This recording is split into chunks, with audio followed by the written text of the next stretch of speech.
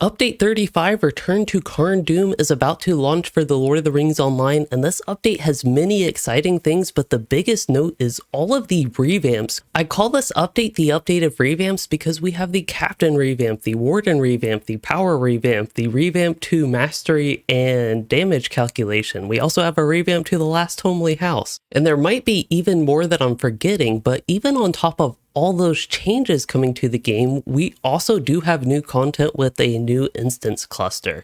And this cluster will include 2 3-man instances, 1 6-man instance, and a raid that will actually be released a little bit later. Anyway, this update is launching later today, and let's dive into more detail on the patch. And the very first thing we have to cover is going to be the new instance cluster, which is set in Carn Dum and Angmar. This reimagined version of Angmar is for level 140 players and doesn't really include landscape content, but it does include the new Bale Avark camp in Angmar, which you can get to through the Stable Masters at Estelden, Gathforthnir, which is in Angmar, as well as Rivendell, so it does have some easy ways to access it. While the new Indian content is very exciting, you all spoke and said you were more excited for the Warden Revamp, Captain Revamp, and even the Power and Damage and Mastery Calculation Revamp compared to the new instances. And the first of those that we'll get to is the class revamps, but we actually do have some other changes to other classes than just the Captain and Warden. Notably, the Hunter did receive a fairly decent sized set of changes, I think largely dealing with the Power Revamp. We also see a bunch of various changes to the different classes. And of course, one of my favorite things, bug fixes. And the first thing I really see of note here is actually changes to Double-Edged Strike and Flashing Blade for the Burglar. It looks like it's being reverted to its previous version where they are now frontal AoEs.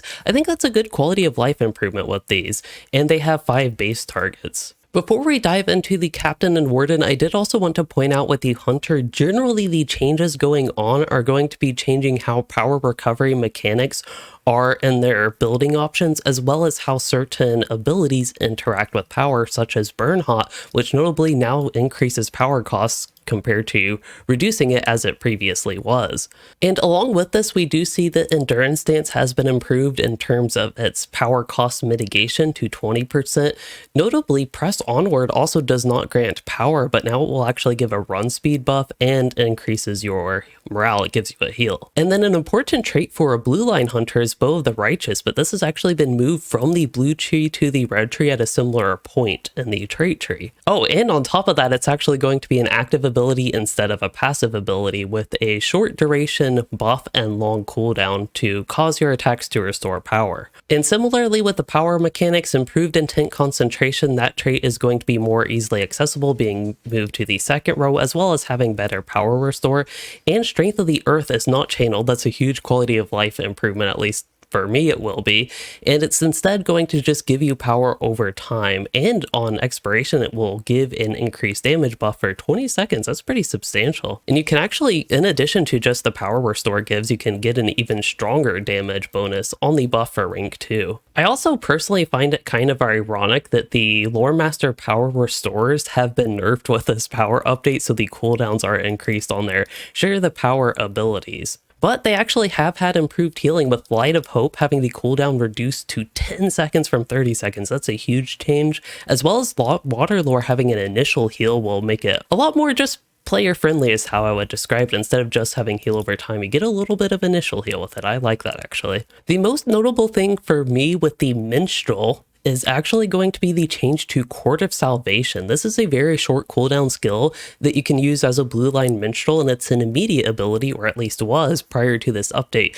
And that's mainly important because immediate abilities can be used to cancel the animation of previous abilities, and they will instantly interrupt it if you want to instantly get that effect, immediately get that effect. To me, immediate abilities are fun, but I can see why they are not very common among class abilities, because they are very powerful and do have that animation canceling effect, which may be not fully intended as something for players to use or abuse. So I can kind of see why this is getting changed, but to me, as much as I don't even play Blue Line Minstrel, when I do, I did note that Court of Salvation and using it as an immediate ability was fun, so it's a bit sad to see lost. Let me know if you play a Blue Line Minstrel, what you think of that though. Oh yeah, and I can't believe that I actually forgot in my introduction about the Runekeeper changes. They have a substantial list of changes here, a lot with the yellow line. I'll probably save this for a potential deeper dive later. Let me know if you're interested in that, but we have an increased damage and just rebalancing of damage for a lot of their abilities, including notably, I think Epic Conclusion and Vivid Imagery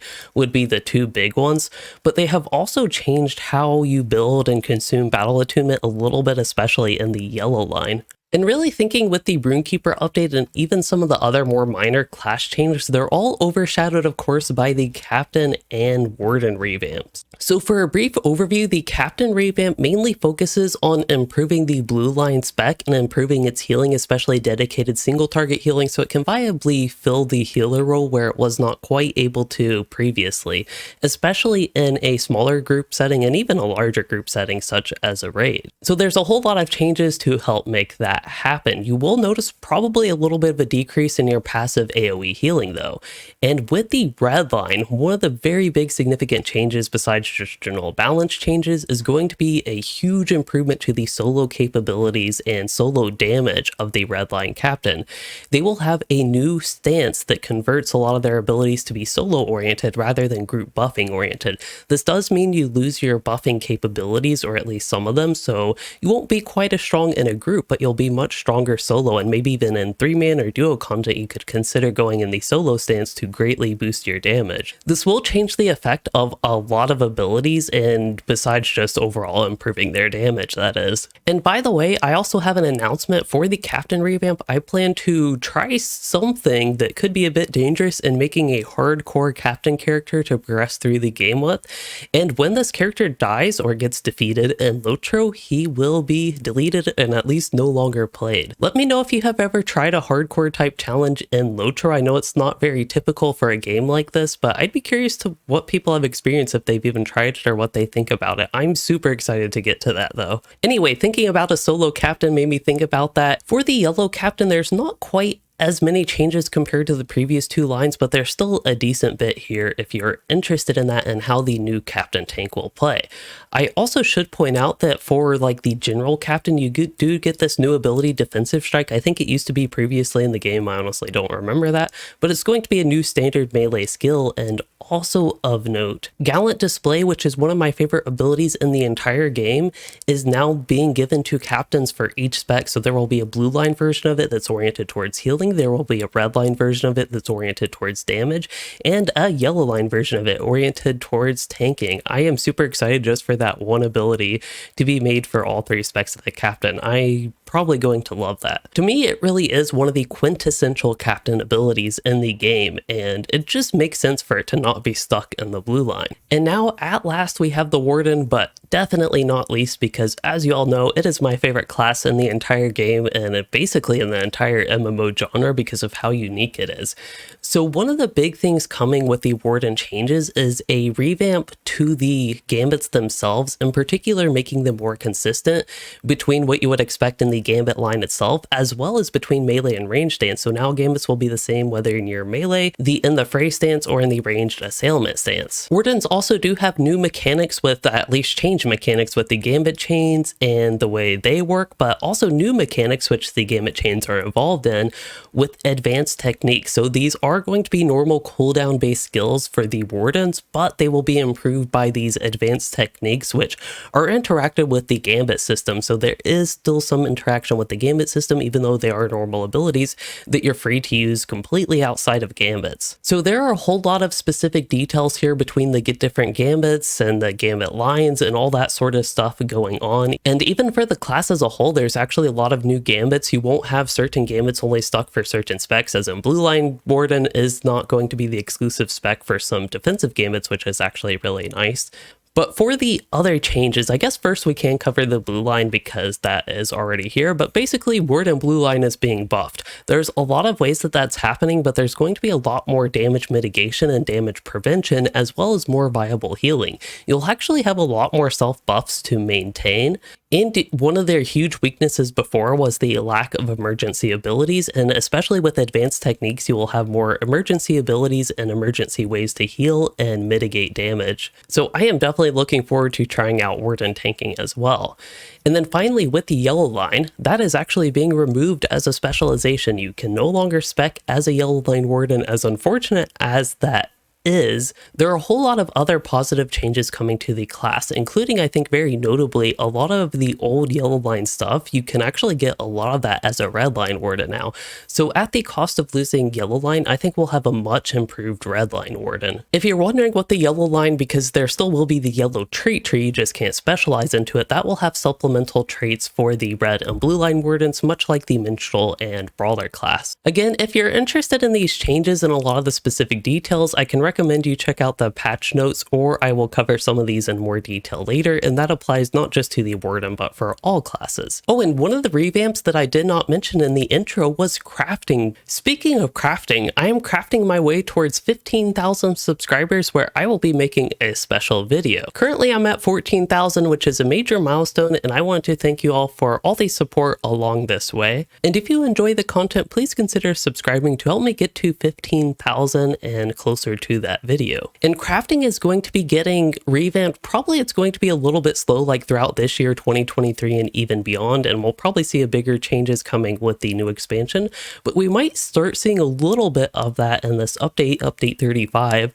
I do know that Standing Stone Games has said a lot of the work they have been doing lately on crafting has been more behind the scenes though. Still with update 35, I think the most notable change besides just some quality of life updates is going to be with cooking. There will be new cooking recipes that are, it sounds like they work with the Ingmar Reborn, which is the Return to Carn Dum instance cluster. So you'll have 4 new, I believe, purple quality recipes for food that can actually be consumed during combat. That is, to me at least, I don't remember any other food that's actually like that in game. I'm not sure she quite got the memo that I'm trying to do this video. Oh, there she goes, now that I pointed her out. In the near future though, I'm going to have a tour of my setup, so hope y'all are as excited for that as I am. Oh, anyway, with crafting, the last note here is that the last set of recipes will actually have effects that will persist through death. I think that would be a very big quality of life change if all food was actually made that way in LOTRO. I know it would change the balance and just the consumption and production aspect of food, so there's a whole lot of, I suppose, potential concerns with that, but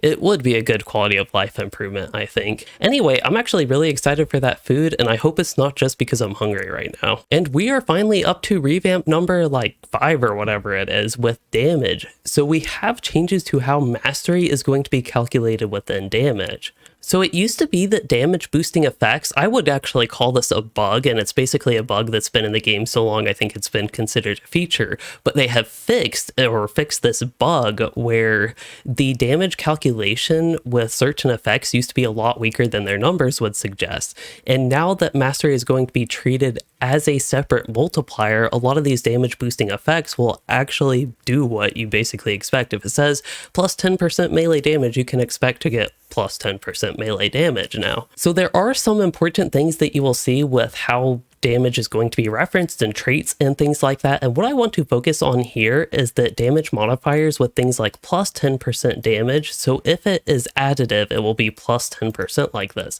If it's multiplicative, it will now have a times, and if it's times 1.1, that'll be like times 10% damage on your damage calculation, and that will be here represented by an x 1.1 melee damage. Because this has pretty big implications for character damage with various effects and even the mastery stats and the stats for your character, there are a whole lot of balance changes to make up for this and try to balance things, I believe, to be fairly close to where they were before, but it is also the opportunity for them to make some other changes with balance, so there could be other things going on here. But you can see a whole lot of classes here will have changes to damage values and a lot of their abilities, traits, effects, cooldowns, and all the such, except for Runekeepers here. And this list actually keeps going on and on beyond classes. We actually have the High Elf racial trait, which has a way long animation, but then also monsters, even in like skirmishes, different items here.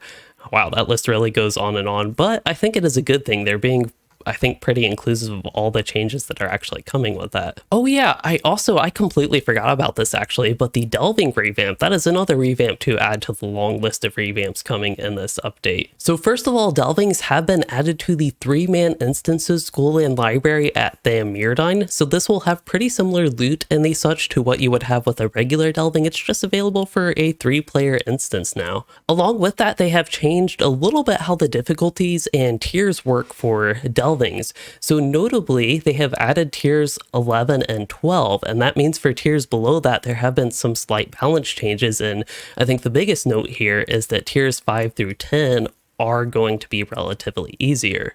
They have also changed the way that delving effects work, which are called malices here. So for the different malice types or types of effects that enemies can have, you only have one effect that is in a certain category. So this will provide, even though there is a rotating effect of malices, this will provide some consistency between delvings between various days. And I believe the rotation of these malices will actually change every single day now. Along with that, I actually don't know if this change is listed somewhere else in the patch notes, but this just reminded me that the Before the Shadows missions will now be at 3 hubs instead of spread out a little bit.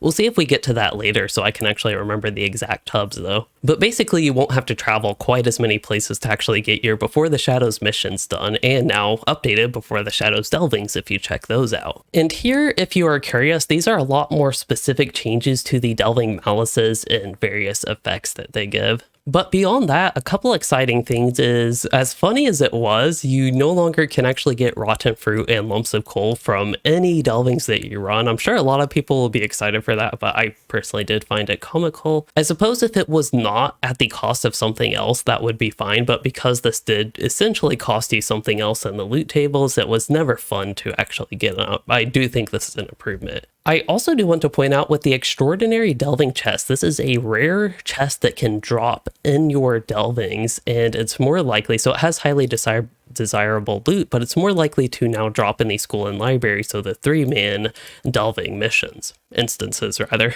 Also, I think a lot of people like this, but they are consolidating the delving gems at least a little bit. Still, to me, I guess I'd prefer if you just had 1 gem, but now you only have 4 gems to worry about with the Zircon, Garnet, Emerald, and Amethyst. Amethyst will be the top one for tiers 10 through 12. And one of the very exciting things is you don't even have to bother with crap gems or gem conversion anymore. And if you're interested in rewards, like I am, you will probably be excited to know that there are also now going to be 2 weekly quests for delvings that give Virtue XP and Delving Writs for completing delvings. So there's just a little bit something extra to build towards when you are completing delvings, and for me that's going to be very exciting. As is par for the course for the past few major updates in LOTRO, there are a lot of monster player changes, but every time I have to point out I don't really play PvMP, so if you're interested in a lot of the specific details, of course they are in the patch notes, but do know that monster player has been updated in this update. And here we are finally at the, what are we on, like the 7th revamp or something? That should be a great revamp, but this one's actually controversial with power. So it is true to me that power has faded in its uses over the years, and it's almost been a little bit annoying because you have such a little power pool, and a lot of the debuffs or effects that you will have put on your character related to power, it's just like an instant complete delete of your power pool. But then within combat power regen, the next tick of power restore, you're basically at full power. So it's just wonky at best. So I think the idea of having changes is great. But this does mean you'll have to be mindful of your power consumption and just going full ham DPS, healing, maybe tanking, hopefully not tanking though, because that's pretty important, is you will run into power issues ultimately, and you'll have to address that somehow. They have added, as we saw with the class changes, a lot of mechanics to mitigate power consumption, and a lot of ways for you to restore power, and a lot of basic abilities will not even cost power, but they will actually restore some power for you. So there are ways to deal with it. One of my big concerns moving forward with the power revamp is that you will basically have periods of inactivity where you're just sitting there waiting for power to restore. I really hope that does not happen, because to me that would not be an interesting or engaging mechanic, and it would make combat more boring. Now, in the beta experience I had for Update 35, which was honestly not too much because I was focused more on the Captain and Warden revamps as well as some of the new content, I did not run into power issues very frequently, but a lot of the fights that I just happened to get into, even with the new instances on like the highest tier, they were still relatively short fights. So take that as you will, but ultimately what you will see, at least at level 140, is that you will have a lot more power. You'll have 50,000 plus power, you might even have 100,000 depending on your stats, and as you level you should notice power smoothly increasing throughout the levels. I think a couple important notes is that power is now going to be listed as per second rather than per minute. And I think that will be a number that's a lot easier to handle and just picture how it will work in your gameplay. It is also very important to note that Fate will no longer increase in combat power regen. That was actually, the Fate has a lot of, it's like a wide variety of uses. And now it will not have that use of ICPR, but it does increase your total power. So while it does not help you regenerate power more quickly, it will increase the amount of time before you run out of power with a larger power pool. And the biggest implications with the power revamp is actually going to be to healing and not even necessarily damage. So you will notice a base healing increase, in particular for characters level 131 to 140 with the new legendary item system. When you reforge your allies there, you'll see about a 25% HPS healing per second increase. Oh, and here we are actually to the changes with missions in Before the Shadows. So for the Cardalin and Swampfleet missions, these are the camps where you will be able to now access those. Bagland, which is going to be in Andrath, and then Hithriel is going to be in Herne, which is in Cardalin, and finally in Kleeger as well in Swampfleet. And for some extra quality of life with this change, you can now get a travel skill to Kleeger at the Delving and Missions Barterers. When I think of missions outside of the Delving system, they are honestly basically a cakewalk is how I describe them. Maybe not every player experiences them that way, but even the more difficult missions tend to be, I would say, relatively easy at least. So to me, it's always been exciting when I've run across some more difficult mission, especially on a leveling character. But some of the missions, unfortunately, have had their difficulty adjusted, but please let me know what you think of these specific missions. I honestly don't remember them off the top of my head, and it is entirely possible that these are actually kind of difficult, especially with certain maybe classes and level ranges that I have not played. Something with the Before the Shadows 6-man instance that I don't quite see. Yes, you can actually barter for items here from the Cardalin Reputation Barterer and Surland. These will of course be with the endgame Embers of Enchantment currency, and you will be required to have completed certain Cirque tiers to barter for certain items. This is one of the reasons that I love reading patch notes. It's for lines like this: defeat in parts of Yondershire will no longer send players to Western Eregion. How that ever happened, I have no idea, but it's kind of comical that you could actually die in the Yondershire and be resurrected in Western Eregion. And that looks like all we have of note for Update 35, Return to Carn Dum and LOTRO, also known as the Big Revamp Update. I am excited to dive deeper into this update and play the new instances, the Captain Revamp, the Warden Revamp, and while doing so, check out all the other revamps coming to the game, with the start of crafting changes perhaps, and the Delving Revamp, Power Revamp, Damage and Mastery Revamp, the revamp to the Last Homely House, looking at basically all of that. Let me know what you thought of the Update 35 patch notes, and I hope you all did enjoy this video and found it useful. If you did, please consider liking and subscribing for more, or becoming a channel member to support the content and the cats, and thanks for watching everyone.